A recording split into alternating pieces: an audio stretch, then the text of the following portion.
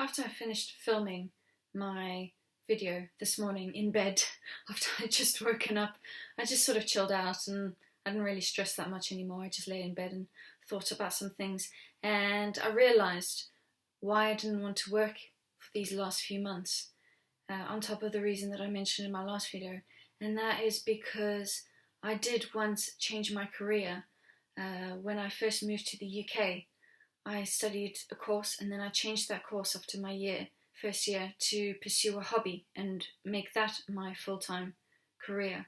And what's happened is that I've fallen out of love with that hobby. I've spent about a decade doing it and I don't want to do it anymore. Completely. I've fallen out of love with it. And it's really scary when you've given that many years of your life, all that hard work, all that effort into something, and you realise you don't love it anymore, and you realise you can't just go back to university and retrain, and you realise you're a little bit stuck, and it's a scary place to be in, and that's where I am at the moment.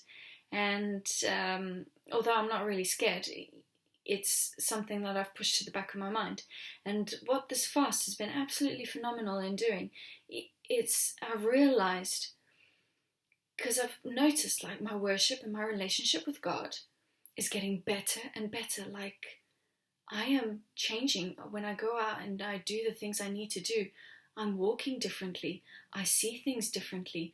There is a tangible difference in my life. And yet, here I am eating one meal a day and things and getting stressed out. And I was like, God, what's going on here? And I realized today that, as I said, my worship has been improving. I realized, what if the reason why I'm getting stressed out is because of these things that I've stacked up in my life, and the worship is kind of detoxing and pushing all these things out and is pushing them to the front of my mind, to the conscious, and I'm going, this is junk and I want to get rid of it, and because it's not supposed to be a part of my life, the body wants to get rid of it. Like, mentally I want to get rid of it, and to get rid of it you get stressed out because stress makes you work to get rid of it, to deal with it. It gives attention to that thing, and it all makes sense. The worship is showing me how much junk I've allowed to accumulate in my life, in terms of not physical stuff, but in terms of thoughts and things around me and systems I've got in place, like all my iPhone notes and all my photos and my bookmarks and desktop and notes and all of these things that are just little pieces that surround you all the time, and whilst they're good for work, I don't need them in my life. Like, I'm not working in a job at the moment, and these things I never used for my work anyway. They were always for my personal stuff. So yeah, all this, it all makes sense. The quality of my worship, as it's getting better and better, it's like the Holy Spirit has been showing me all the junk I've got in my life, and the stress is me going, I need to get rid of this. This shouldn't be a part of my life. It's starting to make sense. One of the things that Steve Jobs mentioned in his speech is that you can't connect the dots looking forwards, you can only connect them looking backwards. And today, massively, I was just like, oh my gosh, this is all making sense. Not just how my worship is improving, despite the fact that I'm so stressed out. These two things that are seemingly paradoxical, and yet actually are completely related. I see that now. So that was my job. So I made two lists: things that work that I look forward to doing, and work that I don't look forward to doing. So for example, the work that I do look forward to doing, I do look forward to doing my photos. I do like doing that. I also look forward to learning about nutrition, and when I buy a new food from the supermarket, I like to look at the nutritional profile and look at what vitamins it's got, what minerals has it got, how does this fit into my overall diet. I love that kind of stuff. I've just got an insane curiosity. That's all it is. It's just fascinating. I find the body absolutely fascinating, and how I can respect it better is fun for me. I get a kick out of it. The other thing I love doing is my writing notes for fun.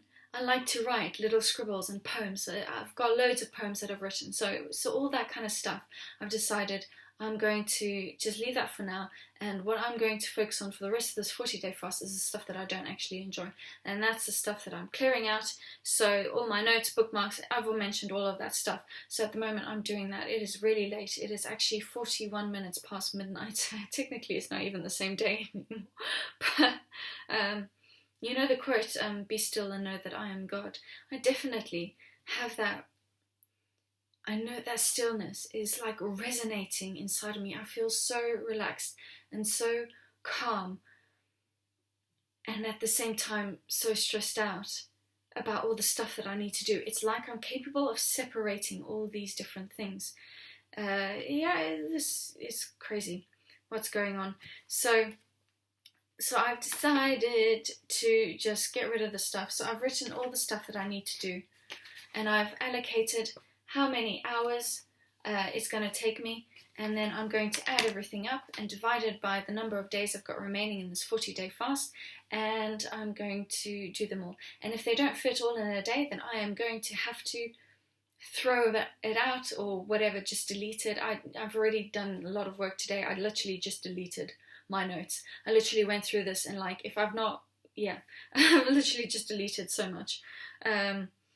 And here's a quote for the day. The brain learns what the mind practices. So if you're struggling with something, each time you're struggling with it, when you're fighting with it in your head, imagine what it looks like when you're not in the future, when you're not going to be struggling with this anymore. And each time you're struggling, just think of how it's going to look like in the future.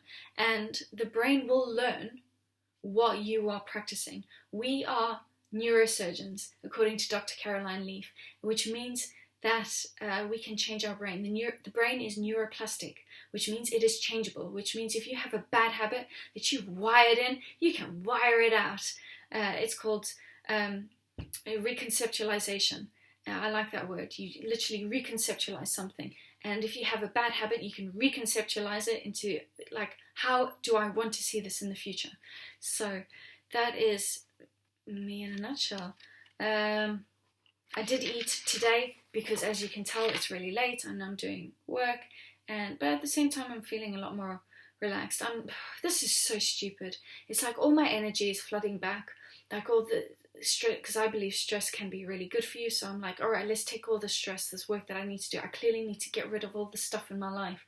Like I feel a sense of urgency to get rid of this junk, spring clean my life, spring clean it all, so that I can finish this 40-day fast and start fresh, going, right, let's focus on drawing, reading, going out on walks.